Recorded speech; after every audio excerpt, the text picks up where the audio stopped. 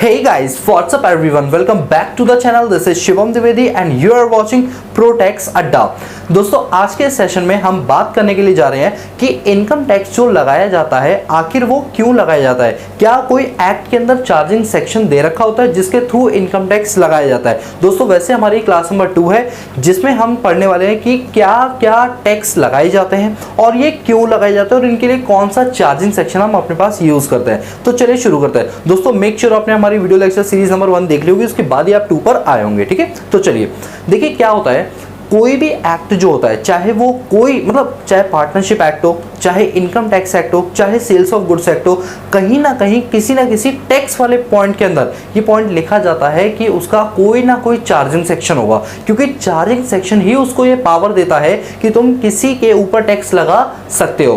पूरे income tax में आपने लास्ट क्लास में पढ़ा था 1 से लेकर 298 सेक्शंस है और उसमें 14 शेड्यूल्स हैं। तो क्या 1 से लेकर 298 तक कहीं ना कहीं कोई ना कोई जिक्र हुआ होगा जिसमें बात की गई होगी कि पूरे भारतवर्ष में या जो लोग रह रहे हैं उनके ऊपर हम क्या लगाएंगे, इनकम टैक्स लगाएंगे। तो सर क्या अगर चार्जिंग सेक्शन नहीं होता और हमारे पास खाली इनकम टैक्स होता तो क्या टैक्स नहीं लगाया जा सकता? Answer is no. मतलब इनकम टैक्स एक्ट होने के बावजूद भी आप इनकम टैक्स नहीं लगा सकते हो जब तक उसमें कोई सेक्शन आपका चार्जिंग सेक्शन ना हो। चार्जिंग सेक्शन का मतलब हुआ कि वो ये बोल रहा है कि इसमें लिखे हुए प्रोविजन जनरल पब्लिक के ऊपर एप्लीकेबल होंगे, तब तक ये एप्लीकेबल नहीं माने जाएंगे और उसी सेक्शन को हम चार्जिंग सेक्शन के नाम से जानते हैं। तो सर आप ये बताइए कि इनकम टैक्स में चार्जिंग सेक्शन क्या होता है। देखिए क्या होता है, थोड़ा सा रुकिए, पहले आप ये जानिए कि section number 1 of income tax act 1961 क्या बोलता है, मैं कौन हूं, हु आई एम। तो आपने पढ़ा था ना कि this is income tax act 1961 which is applicable whole India. अब मैं जम्मू एंड कश्मीर नहीं बोलूंगा, धारा 370 का आर्टिकल क्लॉज सी खत्म हो चुका है इस वजह से। इसके बाद हमने क्या पढ़ा था, with effect from first of April 1962, वो था सेक्शन नंबर 1। सेक्शन नंबर 2 होता है डेफिनेशंस का। सेक्शन नंबर 3 पढ़ेंगे, 4 अभी मैं पढ़ा रहा हूं। 4 is called be a charging section. जी हाँ, आपने बिल्कुल सही सुना, इनकम टैक्स में जो चार्जिंग सेक्शन होता है दैट इज सेक्शन नंबर 4। तो चलिए आज हमारा पूरा डिस्कशन सेक्शन नंबर 4 के ही रिगार्डिंग होगा। ठीक है, चलिए स्टार्ट करते हैं। तो यहां पर मैं लिखूंगा अपने पास सबसे पहले सेक्शन नंबर 4 और यही सेक्शन नंबर 4 कहलाता है हमारा चार्जिंग सेक्शन। ये लीजिए मैं यहां पर लिख देता हूं, this is your charging section. Sir किस चीज का चार्जिंग सेक्शन है ये चार्जिंग सेक्शन है इनकम टैक्स का, charging section of income tax. मैं लिख नहीं रहा हूं बट आप समझ रहे हैं, क्योंकि अगर मैं इनकम टैक्स पढ़ा रहा हूं तो ऑब्वियस सी बात है कि चार्जिंग सेक्शन इनकम टैक्स का, मुझे बार बार लिखने की जरूरत नहीं है। तो सेक्शन नंबर 4 अगर ना होता तो कोई भी भारत में इनकम टैक्स पे ना कर रहा होता, इनकम टैक्स एक्ट होने के बावजूद भी, क्योंकि चार्जिंग सेक्शन ही चार्ज या लायबिलिटी क्रिएट करता है सामने वाले पर्सन की कि तुमको ये काम करना पड़ेगा या तुमको ये अमाउंट पे करना पड़ेगा। तो सर क्या जीएसटी में भी कोई चार्जिंग सेक्शन होगा? जी हाँ बिल्कुल, जब हम जीएसटी एक्ट पढ़ेंगे तो मैं आपको बताऊंगा जीएसटी में भी चार्जिंग सेक्शन होता है। तो चलिए अब हम बात करेंगे इनकम टैक्स में सेक्शन नंबर 4 जो कि हमारा है चार्जिंग सेक्शन। ये क्या बोलता है हमारे पास, देखिए ये बोलता है, ध्यान से सुना। अब मैं जो लाइन लिखूंगा ना, क्योंकि मेरे साथ लिखते लिखते हुए अगर आप बोलोगे तो आपको सारी चीज समझ आएगी, तो प्लीज पूरा कंसंट्रेशन यहाँ पर। ठीक है, देखिए ये बोलता है each and every person liable to pay income tax, each and every person liable to pay income tax on his or her total income, his or her total income. ठीक है, total income earned during the previous year. अभी मैं लिखवा रहा हूं, अभी proper समझाऊंगा, बस थोड़ा सा वेट करना, पहले लिखेंगे, एक एक पॉइंट को तोड़ेंगे और उसके बाद समझेंगे। ठीक है, थोड़ा सा। तो during the previous year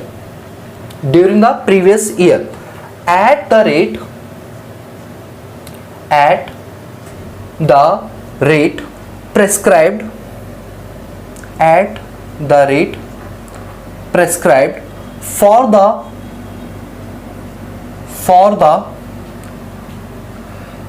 at the prescribed rate for the year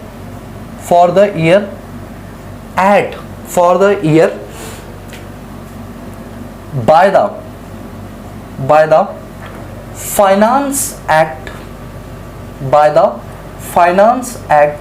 or income tax act 1961. This is your charging section. ये है आपका चार्जिंग सेक्शन जो बताता है कि आपकी इस पर्टिकुलर इनकम के ऊपर आपको इनकम टैक्स देना पड़ेगा। अब हम एक एक लाइन को पढ़ेंगे, पहले मैं पूरा पढ़ाऊंगा फिर एक एक लाइन तोड़ तोड़ के पढ़ाऊंगा, ठीक है। देखिए क्या लिखा हुआ है। Section number 4 is the charging section. Each and every person liable to pay income tax on his or her total income earned during the previous year at the rate prescribed for the year by the finance act or income tax act 1961। अब पहले एक line पूरी समझा देता हूं फिर बात करेंगे।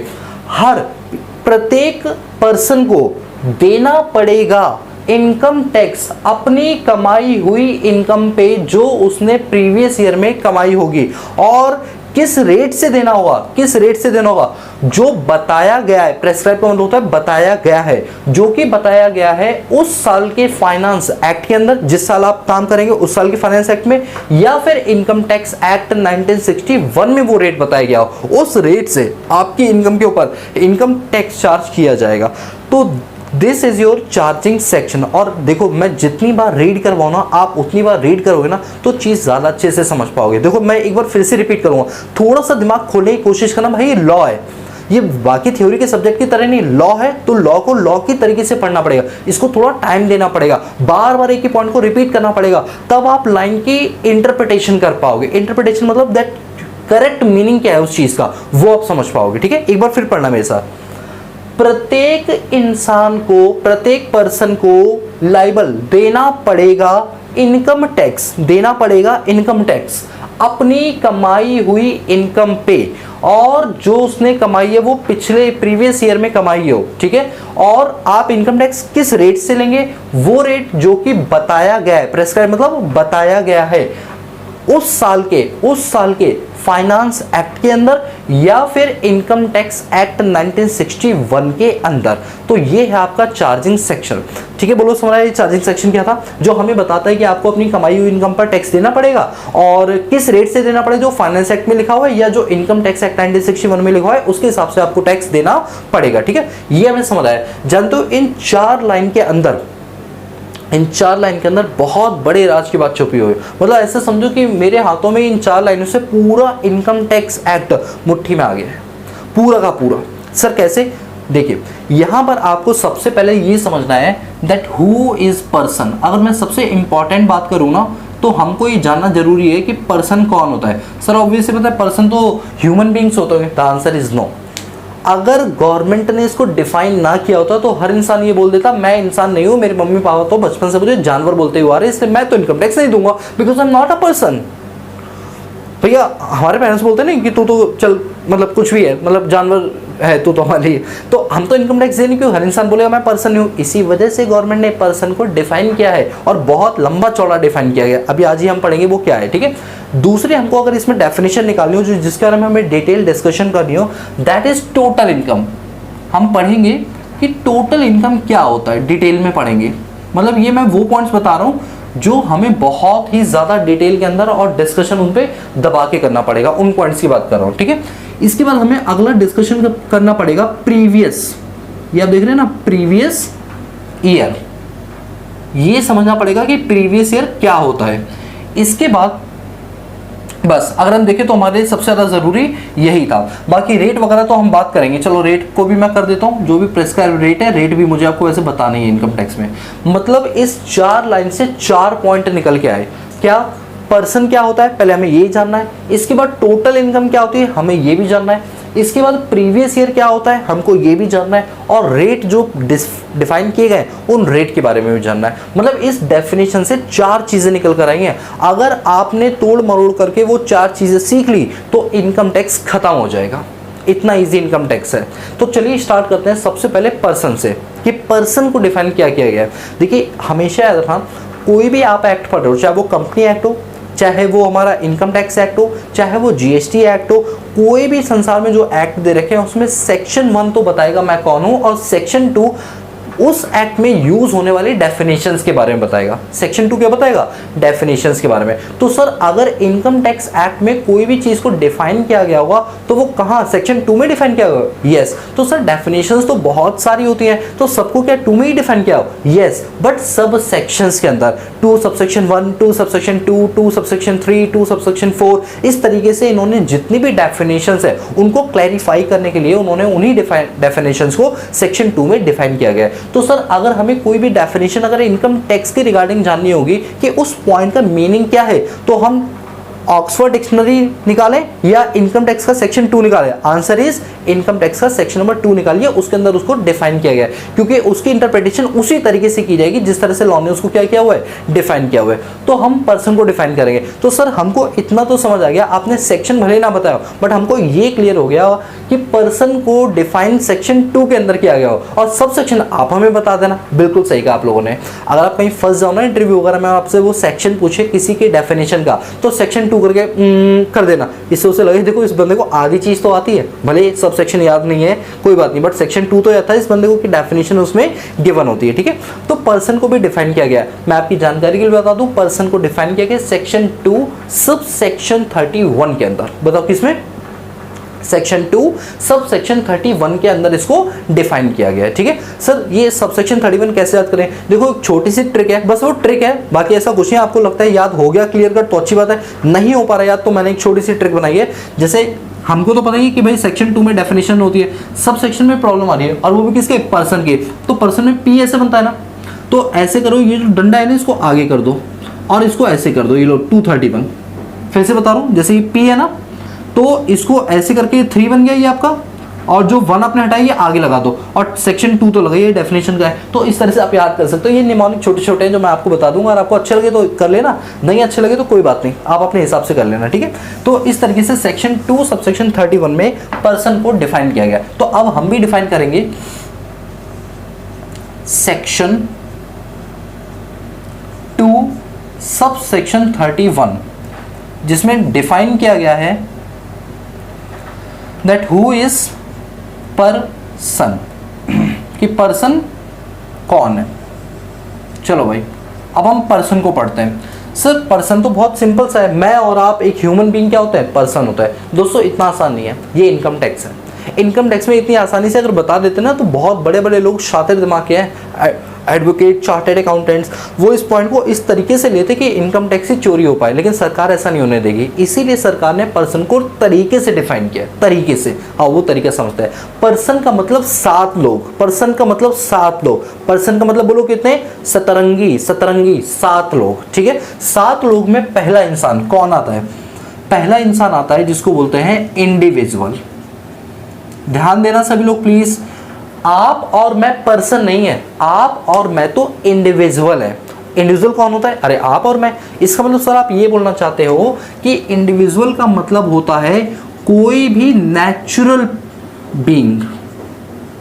यस बिल्कुल सही कहा, जो भी नेचुरल बीइंग्स हैं उनको हम क्या बोलते हैं? इंडिविजुअल बोलते हैं। ठीक है, यानी मैं और आप क्या है? हम पर्सन में भी क्या है? इंडिविजुअल है। सर इसमें कौन कौन कवर होता है? देखिए नेचुरल बीइंग के अंदर अगर आप मेल हैं तो भी आप क्या माने जाएंगे? इंडिविजुअल माने जाएंगे। यदि आप फीमेल है, चलो मेल हो गया और आपका फीमेल हो गया, अगर आप फीमेल है तो भी आप क्या है? एक इंडिविजुअल है। ठीक है, मेल फीमेल। और न्यू बॉर्न बेबी, सर एक बात बताइए, न्यू बॉर्न बेबी आपने लिखा है, क्या ओल्ड बॉर्न बेबी भी होता है? किसी का पुराना बच्चा सेकेंड हैंड भी होता है? अरे नहीं, मुझे भी नहीं पता है न्यू बॉर्न क्यों बोला था। शायद मुझे लगता है न्यू बॉर्न इसलिए बोला था कि बच्चा नया नया पैदा हुआ, तो सर पुराना भाई मुझे नहीं पता, बेबी होता है, बस इतना समझ लो। वो वाला बेबी नहीं है तुम लोग सोच रहे हो, बेबी मतलब ये वाला बेबी। ठीक है, आओ इधर, मेल फीमेल। अब भाई ध्यान उधर से हटाओ, इधर आ जाओ। ठीक है, इधर आओ, बेबी बेबी बेबी। ठीक है, आओ ध्यान से, मेल फीमेल और बेबी, न्यू बॉर्न बेबीज वगैरह, और ट्राइजेंडर्स, ये सभी लोग इसके अंदर कवर हो जाएंगे। बोलो क्या? समझ आया? इंडिविजुअल के अंदर क्या क्या कवर होता है? इंसान लोग कवर होता है। इंसान में चाहे मेल हो, फीमेल हो, चाहे ट्राइजेंडर हो या बेबी वगैरह हो, ये सब क्या है आपके लिए? इंडिविजुअल्स है। तो इंडिविजुअल को पर्सन में डिफाइन किया गया और जो पर्सन है उसको अपना इनकम टैक्स देना पड़ेगा। इसीलिए आपको और मुझे इनकम के ऊपर टैक्स देना पड़ेगा, क्योंकि हम पर्सन के अंदर भी क्या है? क्या है? इंडिविजुअल है। Very good. सेकंड पॉइंट है HUF, जिसको बोलते हैं हिंदू अनडिवाइडेड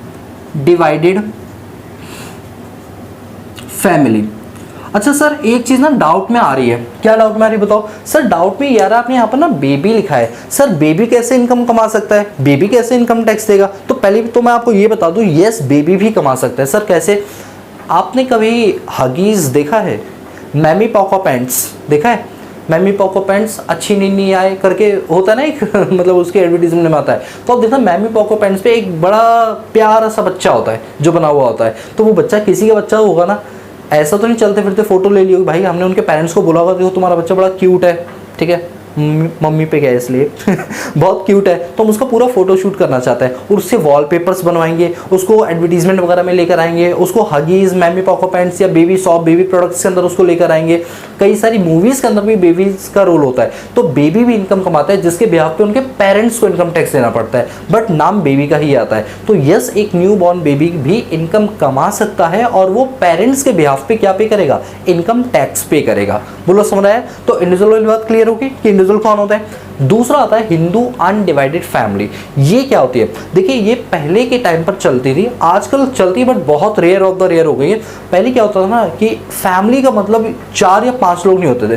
फैमिली का मतलब मेरे चाचा चाची, ताऊ ताई, जितने भी मेरे फैमिली के लोग हैं वो सब न्यूक्लियर फैमिली, ज्वाइंट फैमिली में रहा करते थे। आपको याद होगा, हो सकता है कि आप लोग भी एक न्यूक्लियर फैमिली के अंदर हो, जॉइंट फैमिली के अंदर हो, या आपके जो दादा दादी हैं उस टाइम पर वो बताते हो कि हम सब एक साथ रहा करते थे। आजकल तो क्या है कि रिश्ते बहुत बिखर से गए हैं, सब लोग अलग अलग रहना पसंद करते हैं, प्राइवेट तरीके से, सबको पर्सनल स्पेस चाहिए। बट पहले ऐसा नहीं था। पहले पूरी एक फैमिली होती थी, बड़े से मकान में कई सारे लोग रह रहे हैं, एक ही फैमिली के लोग रह रहे हैं, पुश्ते आगे चलती जा रही हैं। तो उस टाइम पर क्या होता था ना कि लोग फैमिली बिजनेस करना पसंद करते थे। जैसे जो परदादा है, अगर वो मान लो वो लकड़ी का काम करते आ रहे हैं तो दादाजी ने भी लकड़ी का काम किया, फिर दादाजी से वो काम पापा ने भी वही किया, पापा से बेटे ने भी वही काम किया। मतलब ये पुश्तैनी काम है और खानदानी काम है, इसमें एक इन्वॉल्व नहीं होता, इसमें सभी के सभी लोग इन्वॉल्व होते हैं। इसको बोलते हैं हिंदू अनडिवाइडेड फैमिली। क्या बोलते हैं?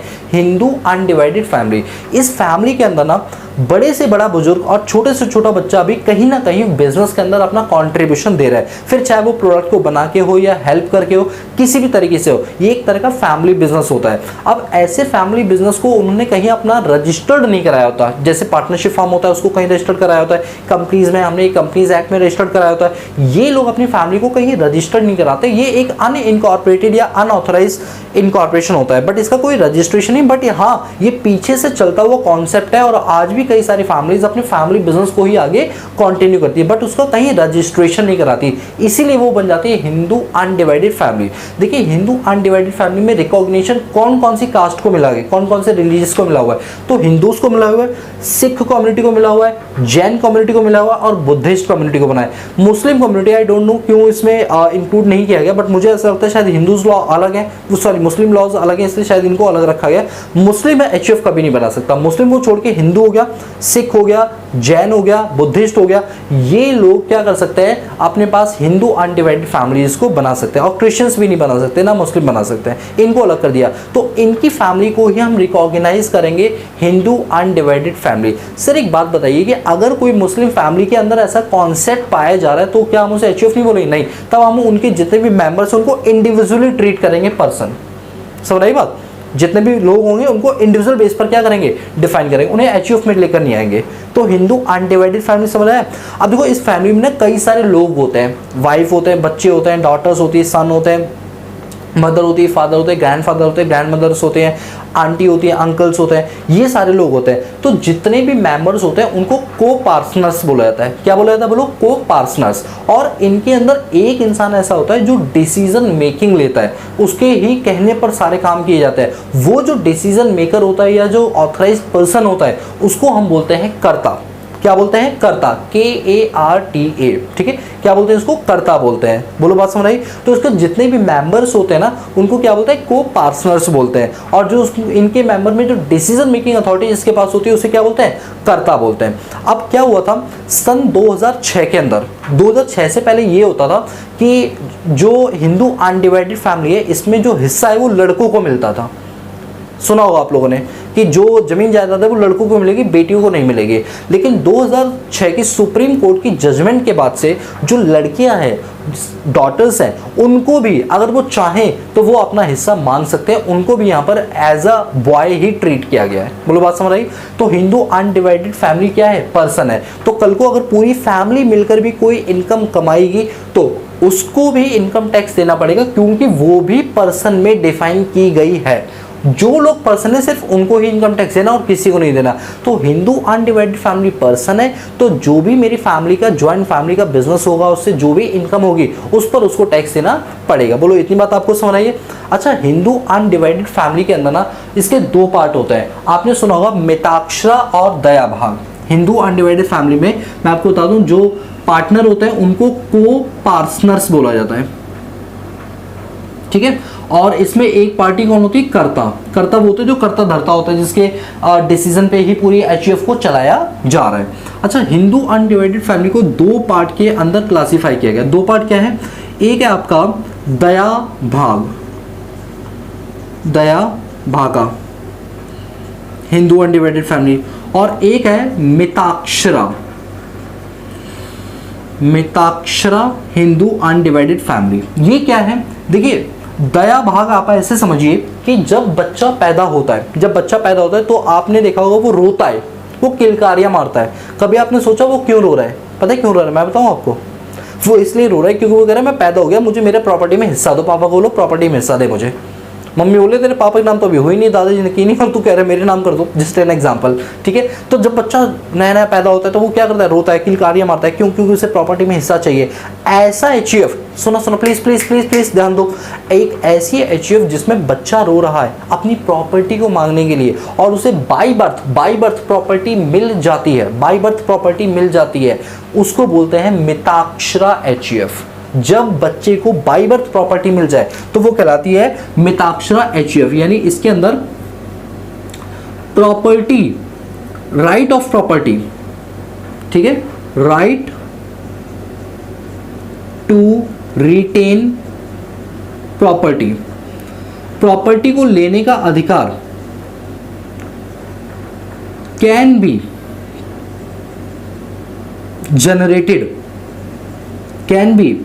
Generated by birth.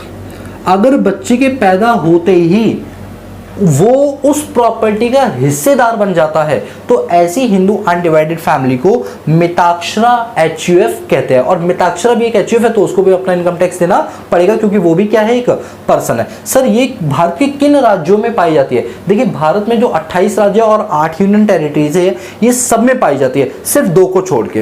ये किस में नहीं पाई जाती है? मैं यहां लिख देता हूं, एक्सेप्ट वेस्ट बंगाल एंड आसाम। ये 2 इलाकों में नहीं पाई जाती, बाकी सब जगह पाई जाती है। मतलब वेस्ट बंगाल और आसाम में ऐसा नहीं होता कि एक हिंदू अनडिवाइडेड फैमिली है, बच्चा रो रहा है तो हम उसे प्रॉपर्टी में हिस्सा दे देंगे, ऐसा नहीं है। उसको प्रॉपर्टी में हिस्सा तब मिलता है जब फादर की, ग्रैंडफादर की डेथ हो जाती है, फिर वो प्रॉपर्टी पास ऑन होते हुए बच्चे को जाती है, उससे पहले नहीं जाती है। तो इन 2 इलाकों के अंदर मिताक्षरा वाला HUF नहीं चलता है। तो सर इन दो में क्या चलता है? इन दो में चलता है दया भाग। क्या चलता है? दया भाग। सर थोड़ा सा समझा दो। अरे बिल्कुल पूरा समझाएंगे, इसीलिए तो हम आपके साथ खड़े हैं। देखिए दया भाग का मतलब क्या होता है? जब बच्चा रोता है, किलकारियां मारता है, तो उससे पूछते हैं क्यों किलकारियां मार रहे हो? वो क्या बोलता है? प्रॉपर्टी में हिस्सा चाहिए। वेस्ट बंगाल और असम के लोग क्या कहते हैं? ना बेटा ना, अभी पहले तेरे बाप के नाम आएगी, बाप के बाद तेरे नाम आएगी, और तेरे नाम तब आएगी जब तेरा बाप नहीं होगा, मतलब फादर की डेथ के बाद तुम्हारे पास आएगी। तो ऐसी HUF को ही बोला जाता है दया भाग। बच्चा दया कर देता है, चलो ठीक है भैया दया कर दिया, अभी मत दो, ऐसे याद कर सकते हो। तो दया भाग HUF समझ आ गया। जहां पर प्रॉपर्टी का ट्रांसफर तब होता है जब आपके जो सक्सेसर हैं, एंसेस्टर्स हैं, उनकी जब डेथ हो जाती है तभी प्रॉपर्टी ऑटोमेटिकली आपको ट्रांसफर हो जाती है, पास ऑन हो जाती है, ठीक है। तो यहां पर मैं लिखूंगा right to retain property can be transfer after the death के बाद ही मिलती है। और ये वाली चीज़ कहाँ पाई जाती है? वेस्ट बंगाल में पाई जाती है और आसाम में पाई जाती है। इन इलाकों के अंदर ये चीज़ पाई जाती है। बोलो समझ रहा है? तो HUF चाहे कोई सी भी हो, चाहे वो मिताक्षरा हो या वो दया भाग हो, दोनों की दोनों HUF मानी गई है। और HUF को हमने पर्सन माना है क्योंकि वो पर्सन है तो अपनी फैमिली बिजनेस से जो भी इनकम उन्होंने कमाई होगी, अगर वो एक लिमिट से ज़्यादा है तो यस उनको अपना इनकम टैक्स देना पड़ेगा। तो बताइए अभी तक आपने पर्सन सेक्शन 2 सबसेक्शन 31 के अंदर पर्सन को कितने पार्ट में डिवाइड किया? 2 पार्ट में। पहला क्या था? बताओ, इंडिविजुअल, मैं और आप, ठीक है, जिसमें husband wife, male female, transgenders, newborn baby, ये सारे के सारे लोग शामिल होते हैं। और एक होता है हिंदू अनडिवाइडेड फैमिली, जहां पर लोग अपनी फैमिली के साथ बिजनेस करते हैं बट वो अपने उस बिजनेस को कहीं इनकॉर्पोरेट नहीं करते हैं। ऐसे फैमिली बिजनेस को हिंदू अनडिवाइडेड फैमिली बोला जाता है, जिसके 2 पार्ट होते हैं, दया भाग और HUF। दया भाग का मतलब वो HUF होता है जहां पर प्रॉपर्टी पास ऑन तो होती है but after the death of father. ये चीज वेस्ट बंगाल और आसाम में पाई जाती है। जबकि दूसरी तरफ मिताक्षरा HUF जो होती है वो पाई जाती है इन 2 को छोड़ के बाकी सभी राज्यों में। जैसे मैं अगर दिल्ली में रह रहा हूँ तो मेरे यहाँ पर क्या चला हुआ? मिताक्षरा, जहां पर प्रॉपर्टी बाई बर्थ ही आपको ट्रांसफर हो जाती है, मतलब आप उसके हकदार हो जाते हो। जरूरी नहीं कि वो ट्रांसफर हो बट यस आप उसके हकदार जरूर हो जाते हो। बोलो समझ रहा है? इसके बाद हमारे पास पॉइंट नंबर 3 आता है। ये पॉइंट नंबर 3 किस चीज के लिए? ये पॉइंट नंबर 3 है फर्म के लिए, FIRM। सर ये फर्म क्या होती है? देखिए जो फर्म होती है ना, हम इसको 2 पार्ट में डिवाइड करते हैं। एक होती है जिसको बोलते हैं पार्टनरशिप फर्म, पार्टनरशिप फर्म, और एक होती है लिमिटेड लायबिलिटी पार्टनरशिप फर्म। ये दोनों की दोनों फर्म को हम फर्म बोलते हैं।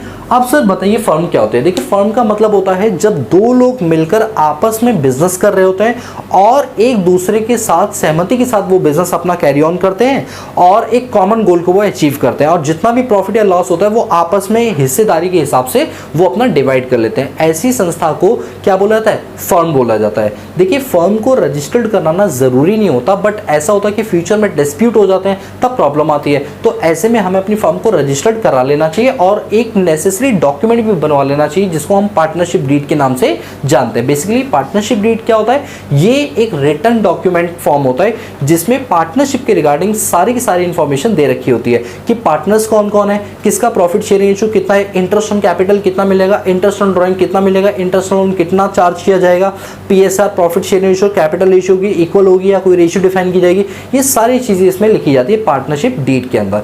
तो देखिए एक पार्टनरशिप ऐसी है जो नॉर्मल है और वो पार्टनरशिप अगर अपने आप को रजिस्टर्ड करवाती है तो वो कहाँ करा सकती है? उसके लिए बाकायदा एक एक्ट है जिसका नाम है पार्टनरशिप एक्ट 1932। देखिए अगर मैंने मेरी पार्टनरशिप को 1932 के हिसाब से रजिस्टर्ड करवाया तो इसमें एक छोटी सी खामी जानते हो क्या है? वो देखिए छोटी सी खामी क्या है। जैसे लेट सपोज कि मैं हूं और मिस्टर ए है, हम दोनों ने मिलकर पार्टनरशिप की और हमने हमारी पार्टनरशिप फर्म को पार्टनरशिप एक्ट 1932 में रजिस्टर्ड करवाया। लेट सपोज मेरी कैपिटल 1 करोड़ है और मिस्टर ए की कैपिटल 2 करोड़ है, यानी टोटल कैपिटल कितनी होगी? 3 करोड़ की। लेट सपोज अगर किसी साल मेरी पार्टनरशिप फर्म को लॉस होता है 5 करोड़ का, कितना? 5 करोड़ का, तो मैं मेरी कैपिटल पूरी दांव पर लगा दूंगा, 1 करोड़ पूरे दे दूंगा, मिस्टर ए 2 करोड़ पूरे दे देगा, यानी 5 करोड़ के लॉस में से 3 करोड़ का लॉस हमारी कैपिटल से भरपाई कर दी गई। लेकिन अभी भी 2 करोड़ की डेफिशिएंसी है, अभी भी 2 करोड़ का लॉस सेट ऑफ कराना बाकी है। तो ऐसे में अब मेरे घर की ओर लोग देखेंगे और कहेंगे भैया घर के बर्तन वगैरह सब बेचो लेकिन इस लायबिलिटी को पे ऑफ करो, अपने इस लॉस को अपने घर के बर्तन बेचकर पे ऑफ करो। यानी मेरी लायबिलिटी इस वाले एक्ट के अंदर क्या होती है? अनलिमिटेड होती है। मतलब जितना मैंने कैपिटल लगाया मेरी लायबिलिटी उससे भी ज्यादा हो गई है। मैंने जितनी कैपिटल लगाई है उतना तो मैं लगाऊंगा ही लगाऊंगा, और अगर लॉस ज्यादा हुआ तो मुझे मेरे घर के बर्तन भी बेचने पड़ जाएंगे। ऐसे में क्या होता है? ये अनलिमिटेड लायबिलिटी होती है। क्या होती है? अनलिमिटेड लायबिलिटी, और ये बहुत ज्यादा खतरनाक होती है। पहले के टाइम पर तो लोग यही करते थे और मतलब ये पार्टनरशिप बहुत खतरनाक होती थी क्योंकि इसमें लायबिलिटी क्या होती थी? अनलिमिटेड होती थी। तो इसी भारत में देखा गया कि अनलिमिटेड लायबिलिटी वाले केस कम आने लगे, मतलब अब लोग चाहते ही नहीं थे कि वो पार्टनरशिप फॉर्म करें। तो सरकार ने देखा कि पार्टनरशिप फॉर्म्स के अंदर रजिस्ट्रेशन कम होते आ रहे, सिर्फ एक पॉइंट की वजह से। पॉइंट क्या था? Unlimited liability. पॉइंट क्या था? अनलिमिटेड लायबिलिटी की वजह से रजिस्ट्रेशन क्या होते आ रहे थे?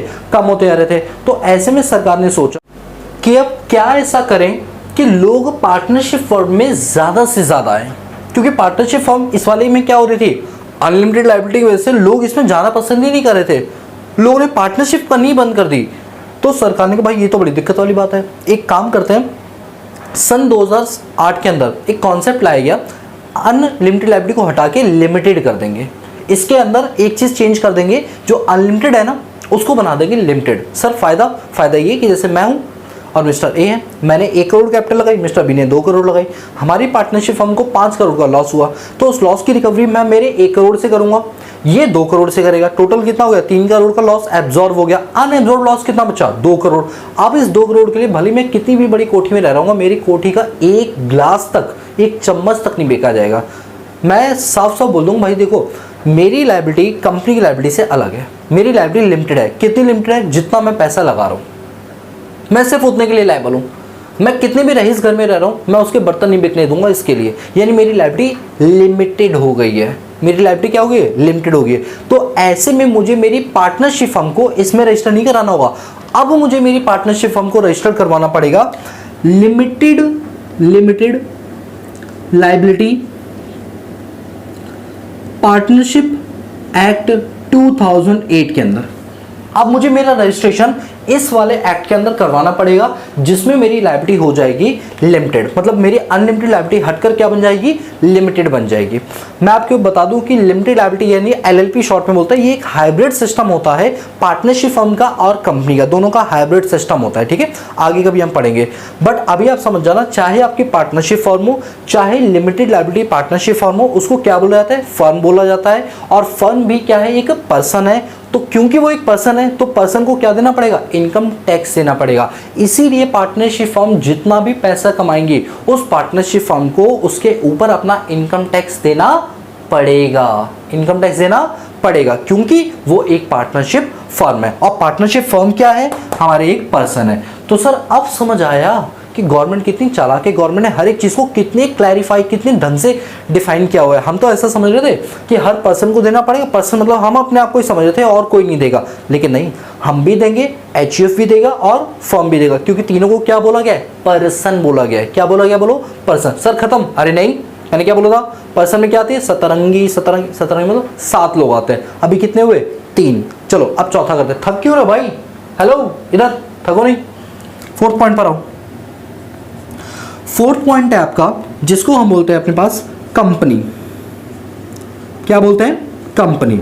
हाँ सर, कंपनी तो हमने कई बार सुना है कि कंपनी होती है, बहुत बड़ी साइज की होती है चलो वो तो बचपना था, अभी ऐसा नहीं है। ठीक है, कंपनी का मतलब क्या होता है? देखिए भाई, बड़ा सिंपल तरीके से बताऊंगा। कंपनी का मतलब होता है कोई भी ऐसी संस्था जो अपने आप को कंपनीज एक्ट 2013 में, या उससे पहले वाला जो 1956 वाला लॉ था उसमें, या उससे भी पहले वाला कोई लॉ था, पुराने कितने भी लॉ थे, और लेटेस्ट में कंपनीज एक्ट 2013, अगर इसमें उन्होंने अपने आप को रजिस्टर्ड करवाया है एज अ संस्था, तो वो क्या कहलाती है? कंपनी कहलाती है। अगर मान लो मैं मेरे प्रोटेक्स अड्डा को कुछ टाइम के बाद एक कंपनी में कन्वर्ट करना चाहता हूं, तो मुझे अपना रजिस्ट्रेशन कंपनीज एक्ट 2013 में कराना पड़ेगा, और जब मैं उसमें रजिस्टर्ड हो जाऊंगा तो मेरी ये चीज़, मेरी संस्था क्या बन जाएगी? एज अ कंपनी बन जाएगी। सर एक बार बताओ कि ये तो चलो 2013 वाली बात है, लेकिन पहले जो रिलायंस वगैरह थी वो तो बहुत पुरानी कंपनी है, टाटा मोटर्स बहुत पुरानी कंपनी है, टाटा महिंद्रा ये सब बहुत पुरानी है। तो उस टाइम तो कंपनीज एक्ट 2013 था नहीं, क्योंकि कंपनीज एक्ट तो 2013 में आया था। तो उस केस में उससे पहले वाला जो कंपनी लॉ था वो लायबल हो जाएगा, 1956 वाला। तो सर आप ये बोलना चाहते हो, अब हमें समझ आ गया कि कंपनी का मतलब होता है एक ऐसी संस्था जो कंपनीज एक्ट 2013 में रजिस्टर्ड है, या उससे पहले वाला कोई एक्ट है उसमें रजिस्टर्ड है, उसे हम क्या बोलेंगे? कंपनी बोलेंगे। और क्योंकि हमने कंपनी को क्या बोला है? पर्सन, तो इसका मतलब कि कंपनी को भी अपनी कमाई हुई इनकम पे क्या पे करना पड़ेगा? क्या पे करना पड़ेगा? जल्दी बोलो। इनकम टैक्स पे करना पड़ेगा। बिल्कुल सही कहा। देख लो सरकार का दिमाग, देख रहे हो उसने किस तरीके से पर्सन को डिफाइन किया, आप सोच भी नहीं सकते। सारी चीजें तो कवर कर ली, बचा क्या? कीड़े मकोड़े बच्चे उनको भी कवर कर लेंगे लोग, ठीक है। चलिए, तो कंपनी समझ आ गया। तो हम कहेंगे company means what, those organization which is registered under Companies Act 2013 or any previous company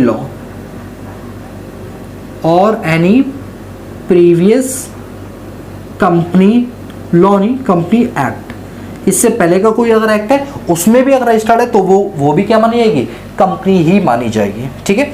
अच्छा, अभी क्या है ना कि कंपनी को हम 3 पार्ट में डिवाइड कर रहे हैं। कंपनी को 1, 2 एंड 3 पार्ट में डिवाइड कर रहे हैं। एक आपकी होती है जिसको बोलते हैं डोमेस्टिक कंपनी। क्या बोलते हैं, डोमेस्टिक कंपनी, जिसको डिफाइन किया गया है सेक्शन 2 सब सेक्शन 20A के अंदर, section 2 sub section 20A of income tax act 1961, ठीक है। दूसरी होती है हमारे पास जिसको बोलते हैं इंडियन कंपनी, इसको डिफाइन किया गया है सेक्शन 2 सब सेक्शन 26 के अंदर। और एक और होती है जिसको बोलते हैं फॉरेन कंपनी। क्या बोलते हैं, फॉरेन कंपनी, इसको डिफाइन किया है सेक्शन 2 सबसेक्शन 23A के अंदर।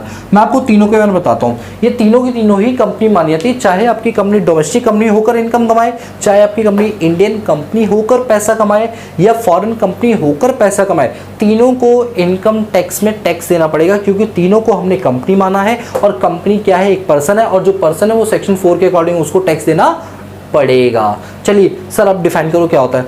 देखिए, सबसे पहले आप ये समझिए इंडियन कंपनी क्या होता है। देखिए, इंडियन कंपनी का मतलब वो कंपनी होती है जो भारत के कंपनीज एक्ट 2013 के अंदर रजिस्टर्ड है, चाहे वो कोई भी हो। इवन अगर इलॉन मस्क टेस्ला मोटर के मालिक, स्टारलिंक के मालिक, स्पेस एक्स के मालिक, अगर वो भारत में आते हैं और कहते हैं मैं भारत में एफडीआई करना चाहता हूं, तो भारत में मैं एक कंपनी खोलूंगा और वो कंपनी भारतीय कंपनीज एक्ट 2013 के अंदर रजिस्टर्ड करवाऊंगा, तो वो फॉरेनर की कंपनी भी भारत की इंडियन कंपनी मान ली जाएगी, क्योंकि वो कंपनी भारतीय कंपनीज एक्ट 2013 के अंदर क्या है, रजिस्टर्ड है। ये मैटर नहीं करता कि उसको ओपन करने वाला एक विदेशी या फिरंगी ही क्यों ना हो, ये मैटर नहीं करता। अगर कोई बाहर की कंट्री का पर्सन हमारे देश में फॉरेन डायरेक्ट इन्वेस्टमेंट करता है, एफडीआई करता है और एक ऐसी कंपनी क्रिएट करता है जो भारत के कंपनीज एक्ट 2013 में रजिस्टर्ड है, तो ऐसी कंपनी को हम इंडियन कंपनी बोलेंगे। बोलो समझ। आपको पता ही होगा कि टेस्ला मोटर का मालिक जो इलॉन मस्क है वो क्या बोल रहा है कि मैं भारत में इलेक्ट्रिक व्हीकल लेकर आना चाहता हूं, क्योंकि आपको ऑलरेडी पता है कि भारत जो है वो मोस्ट पॉपुलेटेड कंट्री में नंबर 1 पर आता है। तो जिस जगह लोग ज्यादा होंगे उससे मार्केटिंग अच्छी होगी, प्रोडक्ट ज्यादा बिकेगा। और ऊपर से हम जो अर्थ समिट वगैरह होती है, काइटो प्रोटोकॉल वगैरह में हमने एग्रीमेंट्स वगैरह किए इंडिया ने कि हम आने वाले समय के अंदर कार्बन एमिशन कम से कम करेंगे, फॉसिल फ्यूल पेट्रोल वगैरह का कंजम्पशन कम करेंगे, नेचुरल रिसोर्स से ज़्यादा काम करेंगे, सोलर टेक्नोलॉजी पर काम करेंगे जिससे पॉल्यूशन कम फैले। तो एलॉन मस्क ने सोचा भारत इसके लिए सबसे बेस्ट है, भारत के अंदर मैं अपनी इलेक्ट्रिक व्हीकल लेकर आऊँगा जिससे पेट्रोल पर डिपेंडेंसी खत्म हो जाएगी। तो ऐसे में एलॉन मस्क को भारतीय कंपनीज एक्ट में अपने आप को रजिस्टर कराना पड़ेगा। तो भले ही वो विदेशी है बट स्टिल उसकी कंपनी को इंडियन कंपनी ही माना जाएगा। तो आई होप आप समझ रहे होंगे कि इंडियन कंपनी वो कंपनी होती है जो कि इंडियन कंपनीज एक्ट 2013 के अंदर रजिस्टर्ड होती है। बोलो समझ आई बात? यस सर, बिल्कुल समझ आएगी। अब सर बताइए डोमेस्टिक कंपनी क्या होती है। देखिए, डोमेस्टिक कंपनी वो कंपनी होती है जो जरूरी नहीं कि वो इंडियन एक्ट में कवर ही होती हो, ऐसा जरूरी नहीं है। मतलब सर नहीं समझे। मान लो Morgan Stanley, just an example, Morgan Stanley America की एक कंपनी है, अमेरिका की एक कंपनी है। उसने सोचा कि मैं भारत में भी सर्विस देना चाहता हूँ। क्या देना चाहता हूँ? सर्विस। लेकिन उसने कहा कि मैं भारत में कंपनी नहीं खोलूंगा बल्कि भारत में अपनी एक यूनिट खोलूंगा जिसका नाम मॉर्गन स्टैनले ही होगा। मतलब उसकी एक ब्रांच ऑफिस वो कहाँ खोलना चाहता है? भारत में खोलना चाहता है। तो उसने भारत के कंपनीज एक्ट में अपने आप को रजिस्टर नहीं करवाया, बस अपनी एक यूनिट खोल ली। अगर उस यूनिट पे 3 चीजें हो रही हैं, ध्यान देना, उस यूनिट पे अगर 3 चीजें हो रही हैं तो हम उस कंपनी को डोमेस्टिक कंपनी मान लेंगे, घरेलू कंपनी मान लेंगे। सर वो 3 चीजें क्या है? पहला पॉइंट, अगर शेयर होल्डर का रजिस्टर अगर वहां मेंटेन किया जा रहा है तो वो कंपनी बन जाएगी डोमेस्टिक कंपनी। नंबर 2, अगर उस कंपनी का डिविडेंड का डिक्लेरेशन इंडिया से किया जा रहा है तो भी वो कंपनी बन जाएगी डोमेस्टिक कंपनी। और तीसरा कि जो शेयर होल्डर का रजिस्टर है वो सारा मेंटेन भारत से किया जाता है। तो इस केस में अगर ये तीनों की तीनों कंडीशन फुलफिल होती है तो क्या माना जाएगा? बोलो क्या माना जाएगा? यही माना जाएगा कि वो कंपनी विदेशी होने के बावजूद सारे के सारे मेन काम तो भारत में कर रही है, तो वो बन जाएगी डोमेस्टिक कंपनी। और एक डोमेस्टिक कंपनी को भी कंपनी माना गया, उसको भी इनकम टैक्स देना पड़ेगा क्योंकि वो क्या है? पर्सन है। क्या है वो? पर्सन है। जो बातें मैंने बोली वो आप जब नोट्स बनाओगे तो उसमें ये चीज़ें लिख लेना, ठीक है। तीसरी होती है फॉरेन कंपनी। आप समझ चुके होंगे फॉरेन कंपनी वो कंपनी होती है जो भारत के कंपनीज एक्ट 2013 या प्रीवियस लॉ में रजिस्टर्ड नहीं हुई है, वो तो विदेशी कंपनी है, बाहर की कंपनी है, बाहर के एक्ट में कवर है बट वो इंडियन कंपनीज एक्ट में कवर नहीं है। ऐसी कंपनियों को हम फॉरेन कंपनी के नाम से जानते हैं। बोलो तीनों में डिफरेंस समझ रहा है? और ये तीनों की तीनों कंपनी मानी गई है क्योंकि ये कंपनी है तो इनको अपनी इनकम के ऊपर इनकम टैक्स देना पड़ेगा। सर एक बात बताओ, एक विदेशी कंपनी है उसको क्यों टैक्स देना पड़ेगा, वो भी भारत में? देखिए इसका डिस्कशन हम करेंगे वो भी अगले चैप्टर में जब हम रेजिडेंशियल स्टेटस और स्कोप ऑफ टोटल इनकम पढ़ेंगे वहां करेंगे। तो देखिए ये इनकम टैक्स से स्टेप बाय स्टेप चलेंगे, तो कोई ऐसा वैसा डाउट है तो प्लीज थोड़ा सा होल्ड कर लो बिकॉज वो आगे फर्दर चैप्टर्स के अंदर आपकी समझ को भी बढ़ाएगा और वो मीनिंग्स भी आपको बताता फिरेगा। बोलो समझ आई बात? तो थोड़ा सा होल्ड करना। आपको बताओ ये समझ आया डोमेस्टिक कंपनी क्या होता है, इंडियन कंपनी क्या होता है और फॉरेन कंपनी क्या होता है, ठीक है। तो ये है हमारी कंपनी। बोलो 4 चीजें क्लियर है? एक बार जल्दी से रिवाइज करो 4 चीजें क्या है। सर पर्सन क्या होता है? देखिए सर पर्सन होता है सेक्शन 2 सबसेक्शन 31 में। अभी सर आपने 7 में से 4 पढ़ा है, बताओ कौन कौन से? पहला सर इंडिविजुअल होता है, दूसरा हिंदू अनडिवाइडेड फैमिली होता है, तीसरा एक फर्म होता है, फिर चाहे LLP हो चाहे वो नॉर्मल पार्टनरशिप हो, और चौथा एक कंपनी होता है। फिर वो कंपनी चाहे फॉरेन कंपनी हो, इंडियन कंपनी हो या डोमेस्टिक कंपनी हो, ये 4 चीजें क्या कहलाती है? पर्सन कहलाती है। बोलो ये 4 पॉइंट कवर हो। जब मैं ऐसे याद करूँ इसका आंख बंद करके आप सोचेंगे मन में, इसका मतलब ये है। इसका मतलब ये नहीं कि पता नहीं सर कोई ये स्टाइल मारे यो टाइप का, ठीक है, ऐसा कुछ नहीं, इधर ध्यान दो, हंसो मत। चलो तो 4 चीजें क्लियर हो गई। 4 क्या क्या पॉइंट है? अब आते हैं अपने पॉइंट नंबर 5 की ओर, ठीक है। पॉइंट नंबर 5, तो पॉइंट नंबर 5 क्या है? पॉइंट नंबर 5 हमारा बोलता है body of individual, body of individuals, जिसको शॉर्ट के अंदर हम BOI भी बोलते हैं। बॉडी ऑफ इंडिविजुअल को क्या होता है? BOI। सर ये क्या होता है? देखिए क्या होता है कि बॉडी ऑफ इंडिविजुअल का मतलब ये है कि group of persons, group of persons. अच्छा एक काम करते हैं, मैं जस्ट एक एग्जांपल लेता हूँ, ध्यान से सुनना। मैं सोच रहा हूँ आप ही लोगों का ले लेता हूँ, चलो आप ही लोगों का लेता हूँ। आओ देखो मैं एक एग्जांपल ले रहा हूँ। ये एक लड़की है जिसका नाम है आरती। क्या नाम है इसका बताओ? आरती। अब ये आरती क्या कर रही है? इन्होंने एक रस्सी गाड़ी, एक रोप गाड़ी, ये देखो ये रोप है और ये 2 डंडे हैं जो जमीन पे गाड़ दिए और यहाँ से इन्होंने इधर क्या कर दी? टैग कर दिया अपने एक रस्सी को और उस रस्सी पे चल रही है, करतब दिखा रही है और हाथों में एक ले लिया डंडा और पैरों में लगा दी अपनी एक थाली। देख लो कितना रिस्की टास्क है ये। और नीचे एक और लड़की बैठी हुई है जो ढोलक बजा रही है, इसका नाम है मुस्कान। जस्ट एन एग्जांपल, इसका नाम क्या बताओ? मुस्कान है। ये नीचे बैठ के ढोलक बजा रही है, ये लो भैया ये ढोलक है, ये ढोलक बजा रही है, ठीक है। और तीसरा एक और पर्सन है, तीसरे वाले पर्सन का नाम है लेट्स सपोज हिमांशी। क्या नाम है इसका? हिमांशी नाम है। ये पैसे कलेक्ट करने का काम कर रही है, ये आसपास में जो लोग देख रहे हैं ना उन सबसे पैसे कलेक्ट करने का काम कर रही है, ठीक है। अभी जस्ट प्लीज एग्जांपल है, एग्जांपल को एग्जांपल तक रहना, ठीक है, क्योंकि अगर आप ज्यादा भावुक हो जाओगे सर ऐसा क्यों कर रहे हो, लड़कियों के साथ काम करा रहे हो, बाल मजदूरी करा रहे हो, तो ये बेकार के पॉइंट्स हो जाएंगे, ठीक है। जो मैं समझाना चाह रहा हूँ उस पर फोकस करना, ठीक है।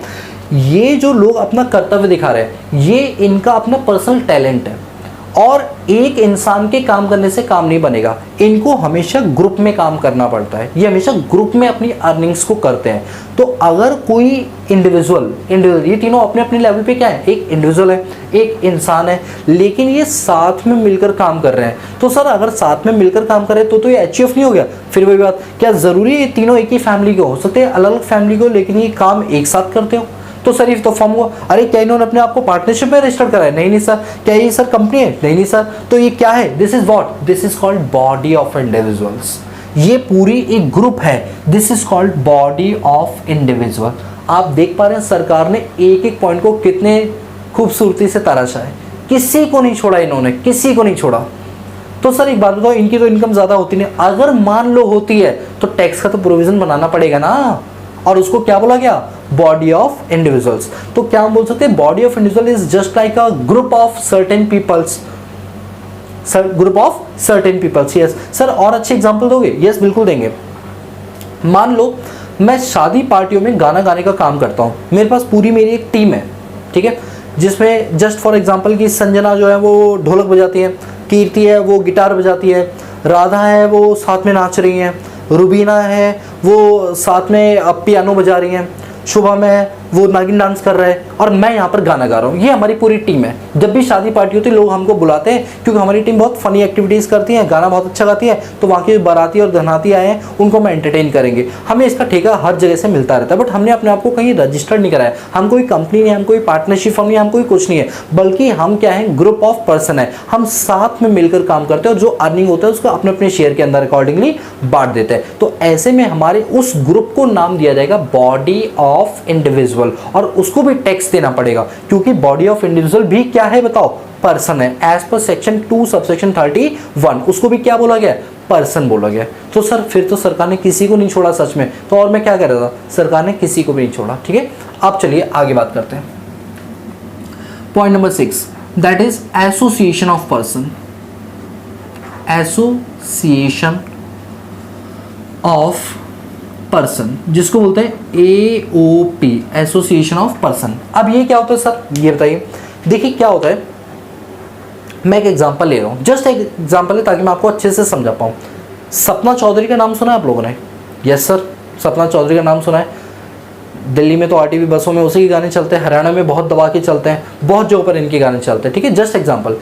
तो जो सपना चौधरी हैं, तो इन्होंने अपना करियर हरियाणा में छोटे छोटे इवेंट्स वगैरह करके किया, उनका नाच गाना लोगों को बहुत पसंद आता था। तो इनकी ना पूरी मंडली होती थी, पूरी मंडली होती थी। मंडली समझते हो ना, ग्रुप होता है पूरा, वो होता है। धीरे धीरे ये फेमस होने लगी, इनकी वीडियोस यूट्यूब पे वायरल होने लगी, ये धीरे धीरे बहुत ज़्यादा वायरल हो गई। इतनी वायरल हुई कि इनका एक गाना जब लॉन्च होता है तो करोड़ों व्यूज़ उस पर आ जाते हैं, लोग उन गानों पे रील्स बनाना शुरू कर देते हैं। ये उस मुकाम पर पहुंच चुकी थी। तो किसी मूवी जैसे टी सीरीज़ है, टी सीरीज़ वालों ने सोचा भाई ये जो लड़की है ना कि बहुत अच्छा परफॉर्म कर रही है और उसके तो बहुत सारे फॉलोअर्स हैं, तो उसने दिमाग लगाया बिजनेस एंगल से, एक काम करते हैं सपना चौधरी को ना अपनी मूवी में रख लेते हैं। एक मूवी के अंदर एक आइटम सॉन्ग होने के लिए उस आइटम सॉन्ग में हम इससे नचवाएंगे। मूवी कोई और करेगा लेकिन उसमें एक छोटा सा सॉन्ग डालेंगे जिसमें इसका भी रोल होगा। तो इससे होगा ये कि इसके जितने भी फॉलोअर्स हैं ना, जो इसके फॉलोअर्स हैं, वो इसको देखने के लिए मूवी की टिकट खरीदेंगे और इससे मूवी की सेल, मूवी की TRP सब कुछ बढ़ जाएगी। फ्लॉप होने से मूवी बच जाएगी। कई बार लोग ऐसा करते हैं, कई बार म्यूजिक डायरेक्टर, फिल्म आर्टिस्ट लोग ऐसे ही करते हैं कि एक ऐसे पॉपुलर इंसान को अपनी मूवी के अंदर 5 मिनट की या 1 मिनट की क्लिप दे देते हैं, जिससे पॉपुलरिटी मूवी इसकी बढ़ जाती है कि इसमें ये भी है। अरे वाह, समझे। तो टी सीरीज वालों ने इनके मंडली को बोला कि भाई तुम्हारा 5 मिनट का एक सॉन्ग करवाना है जिसमें तुम्हारे ग्रुप के जो मेंबर्स दिखाई देते हैं वो और सपना चौधरी ये उसके अंदर पार्टिसिपेट करेंगे। उन्होंने कहा बिल्कुल। अब ध्यान से सुनना, यहाँ पर क्या हुआ कि एक बॉडी ऑफ इंडिविजुअल, वो सपना चौधरी का ग्रुप क्या था, बॉडी ऑफ इंडिविजुअल, वो किसके साथ एसोसिएट हुआ, एक कंपनी के साथ एसोसिएट हुआ, वो भी एक स्पेशल टास्क के लिए। वो टास्क जैसे ही खत्म होगा वो ग्रुप टूट जाएगा, वो ग्रुप टूट जाएगा। ऐसे ग्रुप को जहां पर एक बॉडी ऑफ इंडिविजुअल या इंडिविजुअल, एक फर्म या एक कंपनी मिलकर एक काम को करती है, काम हो जाने का वो अलग अलग हो जाती हैं, ऐसे ही ग्रुप को बोला जाता है एसोसिएशन ऑफ पर्संस। बोलो बात समझ आई? ऐसे ग्रुप को क्या बोलते हैं, एसोसिएशन ऑफ पर्सन बोलते हैं। आई होप, मुझे नहीं लगता कि यहाँ तक आपको कोई डाउट होगा। ठीक है, तो एसोसिएशन ऑफ पर्सन का मतलब ये हुआ कि जहां पर कोई जैसे इंडिविजुअल है, कोई इंडिविजुअल हो गया या फिर कोई बॉडी ऑफ इंडिविजुअल हो गया यानी ग्रुप हो गया, कोई पार्टनरशिप फर्म हो गई या फिर कोई कंपनी हो गई, ये आपस में मिलकर एक स्पेशल टास्क कर रहे हैं और जैसे ही स्पेशल टास्क खत्म होगा इन सबके अपने अलग अलग हो जाएंगे, फिर ये एक साथ काम नहीं करेंगे। That is called association of person, AOP। Sir और कोई एग्जाम्पल है? यस, और भी एग्जाम्पल है। एग्जाम्पल कुछ ऐसा है कि एक लाइक यमुना एक्सप्रेस वे के बगल में एक और एक्सप्रेस वे बनना था, उसका ठेका L&T को मिला। L&T ने क्या सोचा कि मैं और छोटे छोटे ठेकेदारों को ये ठेका दे देता हूँ इस काम को करने का।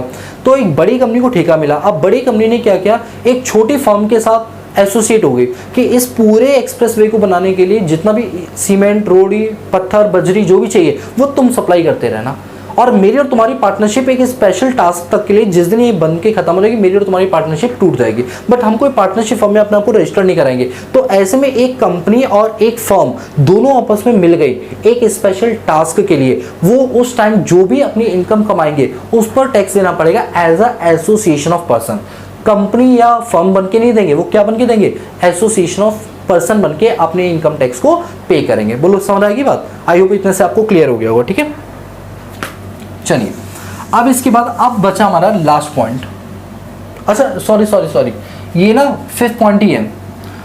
बॉडी ऑफ इंडिविजुअल और एसोसिएशन ऑफ पर्सन एक ही पॉइंट में कवर होते हैं। ठीक है, फिर 6th पॉइंट आता है जिसको बोलते हैं लोकल अथॉरिटी। 6th पॉइंट को क्या बोलते हैं, लोकल अथॉरिटी बोलते हैं। सर ये लोकल अथॉरिटी क्या होती है? देखिए किसी भी सिटी और टाउन को मेंटेन करने के लिए एक अथॉरिटी होती है, एक संस्था होती है जो वहाँ पे साफ सफाई का काम करती है, उसी को हम लोकल अथॉरिटी बोलते हैं। जैसे दिल्ली के अंदर एमसीडी है, म्युनिसिपल कॉर्पोरेशन ऑफ दिल्ली, और गांव के अंदर पंचायत होती है, जिला पंचायत जिसे बोलते हैं। ठीक है, तो स्टेट म्युनिसिपैलिटीज। ठीक है, तो क्या होता है कि यहाँ पर मैं लिख देता हूँ टू मेंटेन एनी सिटी और town there is authority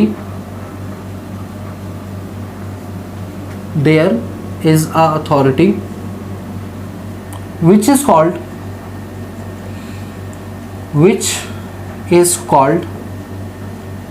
local authority।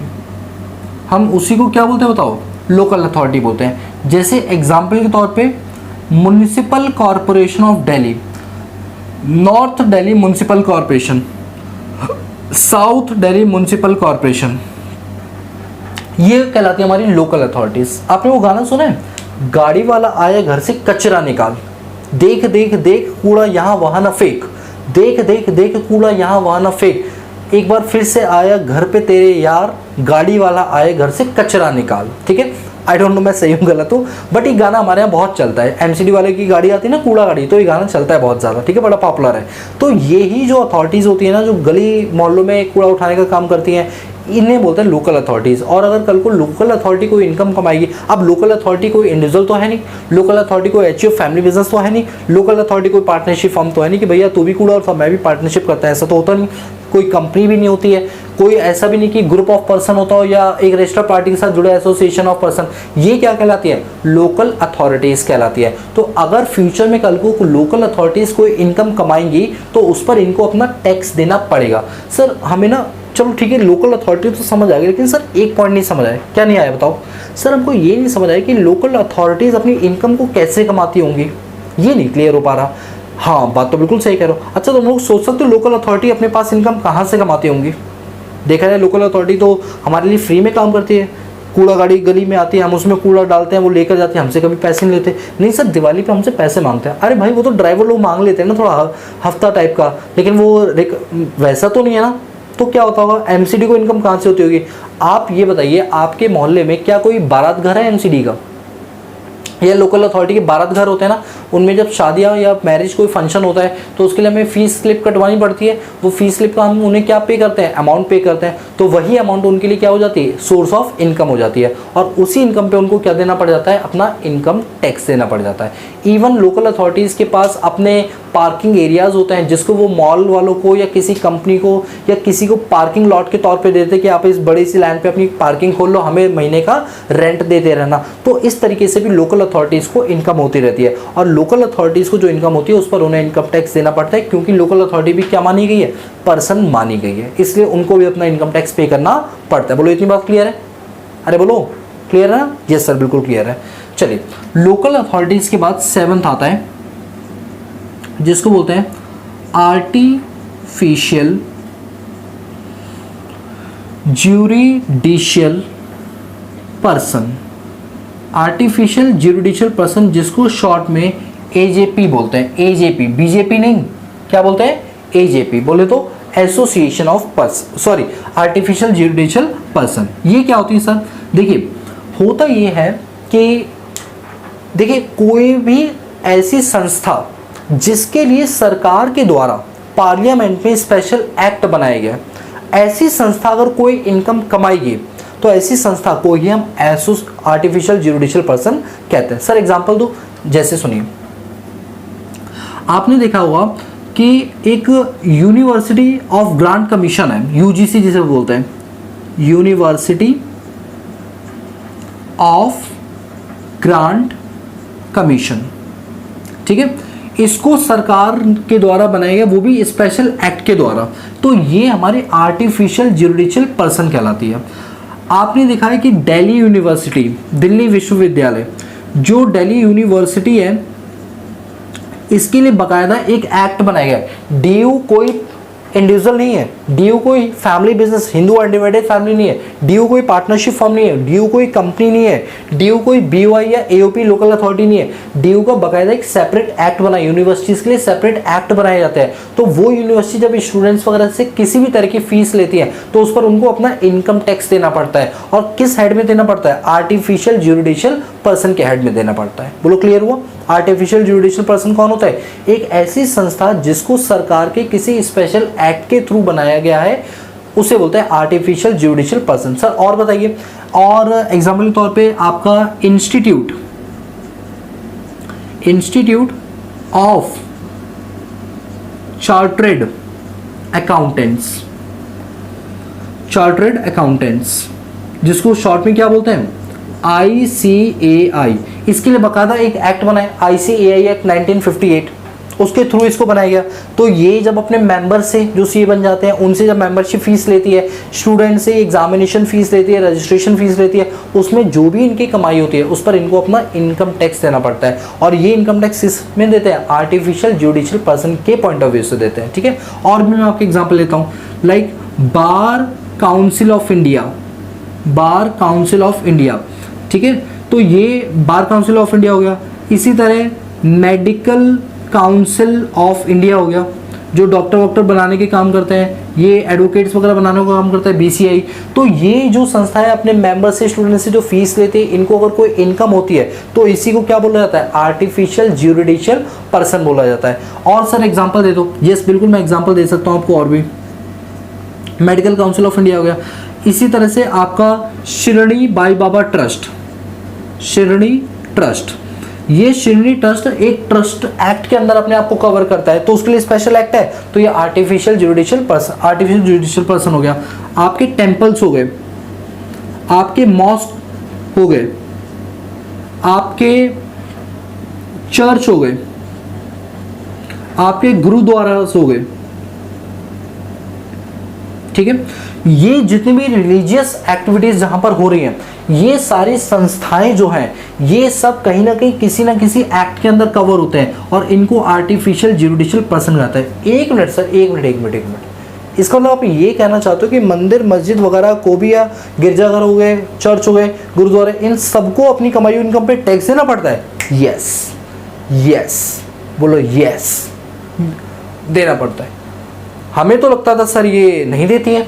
देखिए ऐसा होता है, ये सेक्शन 11 और 12 के अंदर अपने आप को रजिस्टर्ड करवा लेती है इनकम टैक्स एक्ट में, और ये बोल देते हैं कि हमने जो भी इनकम कमाई उसका 85% पार्ट हम पब्लिक वेलफेयर में खर्च कर रहे हैं या उस मंदिर संस्था को मेंटेन करने में खर्च कर रहे हैं, तो इसलिए उसको चैरिटेबल एक्टिविटी मान के एग्जम्प्ट कर दिया जाता है। बट अगर वो खर्च ना करे तो वो टैक्स हो जाता है, और उन लोगों को टैक्स किस हेड में देना पड़ेगा? आर्टिफिशियल जुडिशियल पर्सन के हेड में देना पड़ेगा। बोलो बात समझ आई?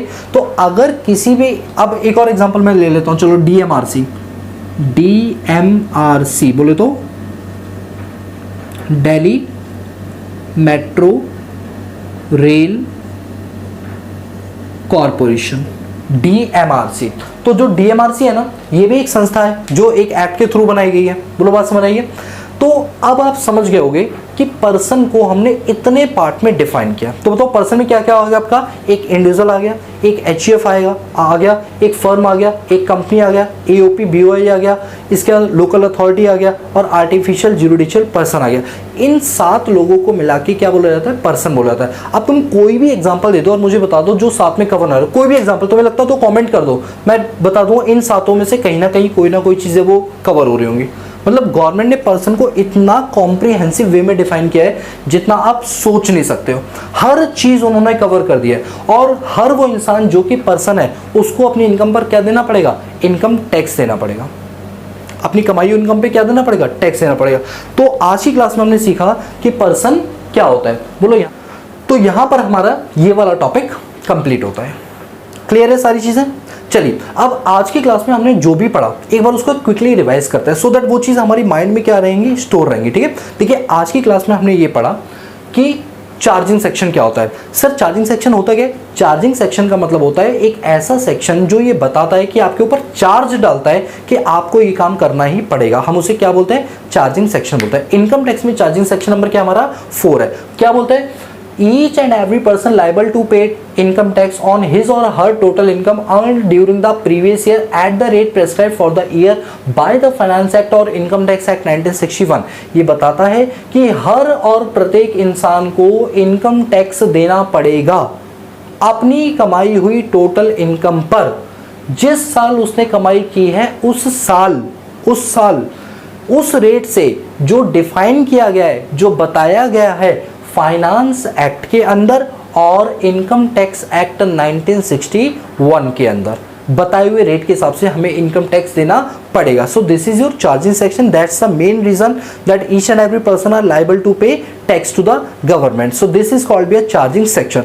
Now the point arises that what is person, sorry who is person, what do you mean by total income, next point is what do you mean by previous year and what do you mean by rate। ये सारी चीजें हम पढ़ेंगे one by one. अभी आज हमने क्या पढ़ा कि पर्सन क्या होता है, तो पर्सन को डिफाइन किया है सेक्शन 2 सबसेक्शन 31 के अंदर, दैट हु इज पर्सन। तो पर्सन में पढ़ा कि एक natural person like you and me are treated as a individual and individual is treated as a person. Number 2 family business, that is Hindu undivided family, जिसको हमने 2 part में divide किया, दया भाग और मिताक्षरा। दया भाग के अंदर प्रॉपर्टी का ट्रांसफर सन को होगा after the death of father, और मिताक्षरा में जो प्रॉपर्टी का ट्रांसफर राइट है वो उसको बाय डिफॉल्ट मिल जाता है at the time of birth. But Dayabhaga चलता है वेस्ट बंगाल और आसाम में, बाकियों को छोड़ के सब जगह क्या चलता है, मिताक्षरा चलता है। चाहे दया भाग एचयूएफ हो चाहे वो मिताक्षरा हो, आप उस किस में कवर होगे, एचयूएफ में ही कवर होगे। इसका हमने पढ़ा फर्म को 2 पार्ट में डिवाइड किया गया, पार्टनरशिप फर्म और limited liability partnership firm. Partnership firm में आपकी लायबिलिटी देनदारी क्या रहेगी, अनलिमिटेड रहेगी। इसमें आपके घर के बर्तन भी बेचे जा सकते हैं और ऐसी एक्ट को आप रजिस्टर कराते हैं पार्टनरशिप एक्ट 1932 के अंदर। इसी पॉइंट को हटा दिया गया, अनलिमिटेड को लिमिटेड कर दिया गया और एक नया एक्ट बनाया गया लिमिटेड लायबिलिटी पार्टनरशिप एक्ट 2008। दोनों के दोनों फर्म को ही फर्म बोलते हैं और चाहे वो लिमिटेड हो या अनलिमिटेड उससे फर्म बोला जाता है। फर्म को अपना इनकम टैक्स देना पड़ता है बिकॉज फर्म भी क्या है, एक पर्सन है। फिर हमने पढ़ा कंपनी। कंपनी क्या होती है, कंपनी एक ऐसी संस्था होती है जो अपने आप को कंपनीज एक्ट 2013 में या कोई प्रीवियस लॉ के अंदर अपने आप को क्या करवाती है, रजिस्टर्ड करवाती है। इसमें हमने 3 पार्ट किए। Domestic company section 2 subsection 22A, domestic company वो कंपनी होती है जो हो सकता है रजिस्टर्ड तो कहीं और हुई हो, विदेश में हुई हो, लेकिन वो देश में, हमारे देश में तीन काम करती हो। शेयर होल्डर का रजिस्टर मेंटेन करती हो, डिविडेंड का डिक्लेरेशन यहाँ पे होता है और ये अपने बुक्स ऑफ अकाउंट सारे मेंटेन भारत के अंदर करती है। अगर ये 3 काम वो इंडिया से कर रही है तो ऐसे केस में उस कंपनी को डोमेस्टिक कंपनी माना जाएगा। दूसरा होता है इंडियन कंपनी, जो कि सेक्शन 2 सबसेक्शन 26 में डिफाइन किया गया। इंडियन कंपनी वो कंपनी होती है जो कि भारत के कंपनीज एक्ट 2013 या प्रीवियस लॉ में रजिस्टर्ड होती है। फॉरेन कंपनी, जो कि सेक्शन 223A में डिफाइन किया गया, फॉरेन कंपनी वो कंपनी होती है जो भारत के कंपनीज एक्ट में रजिस्टर्ड नहीं होती है, वो बाहर अदर देन इंडिया कहीं भी रजिस्टर्ड हो सकती है, उसे हम बोलते हैं फॉरेन कंपनी। फिर हमने पढ़ा बॉडी ऑफ इंडिविजुअल और association of person. Body of individual is a group of people जो मिलकर काम करते हैं, बट वो हमेशा ग्रुप में काम करते हैं, उनकी अर्निंग भी ग्रुप में होती है। जैसे लाइक किन्नरों का जो ग्रुप होता है ना, जब वो अर्निंग करता है तो वो बॉडी ऑफ इंडिविजुअल कहलाता है, राइट। फिर आता है एसोसिएशन ऑफ पर्सन, इसमें एक इंडिविजुअल और एक कंपनी या बॉडी ऑफ इंडिविजुअल या एक कंपनी या एक फर्म या एक कंपनी एक पर्टिकुलर टास्क के लिए मिल जाते हैं, एसोसिएट हो जाते हैं। इसको क्या बोलते हैं हम अपने पास, बोलो बोलो क्या बोलते हैं, इसको हम बोलते हैं एसोसिएशन ऑफ पर्सन। ठीक है, इसके बाद लोकल अथॉरिटी, लोकल अथॉरिटी को भी पर्सन बोला गया है। लोकल अथॉरिटी कहा जाता है किसी भी सिटी और टाउन को मेंटेन करने के लिए सरकार के द्वारा एक अथॉरिटी बनाई जाती है। जैसे हमारे शहरों के अंदर म्युनिसिपल अथॉरिटीज होती हैं, गाँव के अंदर इन्हें पंचायत बोला जाता है। तो इनको अगर कोई इनकम होती है कहीं से तो इनको भी अपना इनकम टैक्स देना पड़ता है, क्योंकि हम इनको क्या बोलते हैं, लोकल अथॉरिटीज बोलते हैं। फिर क्या था, artificial judicial person. Artificial judicial person का मतलब होता है कि कोई ऐसी संस्था जिसको किसी स्पेशल एक्ट के अंदर कवर किया गया, उसको क्या बोलते हैं, आर्टिफिशियल जुडिशियल पर्सन बोलते हैं। तो ये थे हमारे 7। बताओ एक बार जल्दी से प्लीज क्विकली 7 के 7 लोगों के नाम लो मेरे साथ। ठीक है, वहीं जहाँ बैठो वहीं से बोलना। ठीक है, पहला है इंडिविजुअल, दूसरा है हिंदू अनडिवाइडेड फैमिली, तीसरा है पार्टनरशिप फॉर्म, चौथा है कंपनी, पांचवा है एओपी बीओआई, छठा है सर लोकल अथॉरिटी, और सातवां sir AJP artificial judicial person. बस आज की क्लास में यही तो हमने पढ़ा है। मैं उम्मीद करता हूँ आपको हर एक चीज़ समझ आई हो। दोस्तों आप सुनो मेरी बात, अगर आप इसके नोट्स चाहते हो ना, हैंड रिटन नोट्स प्रॉपर, तो आप एक काम करिए, आप हमारा एक टेलीग्राम चैनल है, आप उसको ज्वाइन कर लीजिए। ठीक है, और टेलीग्राम चैनल पे जो नाम है वो है हमारा प्रो टैक्स अड्डा। आप टाइप करेंगे मिल जाएगा। इनकेस अगर नहीं मिलता तो डिस्क्रिप्शन में हमने उसका लिंक दिया हुआ है, आप उस लिंक पे क्लिक करके ये चैनल ज्वाइन कर सकते हो। इसमें खास चीज़ ये होती है कि हम अपने नोट्स को फ्री ऑफ कॉस्ट अवेलेबल करवा देते हैं, कोई चार्जेस नहीं, चाहे वो जीएसटी के हो, इनकम टैक्स हो, 1-to-1 चैप्टर्स के आपको नोट्स वहाँ पर अवेलेबल हो जाएंगे। और दूसरी चीज़ कि जब वो नोट्स आपको मिल जाएंगे तो आप सीधा उनका प्रिंट आउट निकलवाना है, आपका टाइम थोड़ा बच जाएगा। ठीक है, और अगर कोई डाउट भी होता है तो आप कमेंट सेक्शन में डाउट डाल दिया करो, मैं उसको जब भी टाइम मिलेगा मैं देखकर उसका रिप्लाई डेफिनेटली दूंगा। तो बोलो इतनी चीज़ें क्लियर हुई, तो आज की लेक्चर सीरीज के लेते हैं। So guys that's all about this video lecture series. So if you like the video give a big thumbs up and subscribe the channel and press the bell icon so that you notify all the time when I post new video on this channel. So guys आज के लिए इतना ही, मिलता है next class में, तब तक के लिए पीस आउट।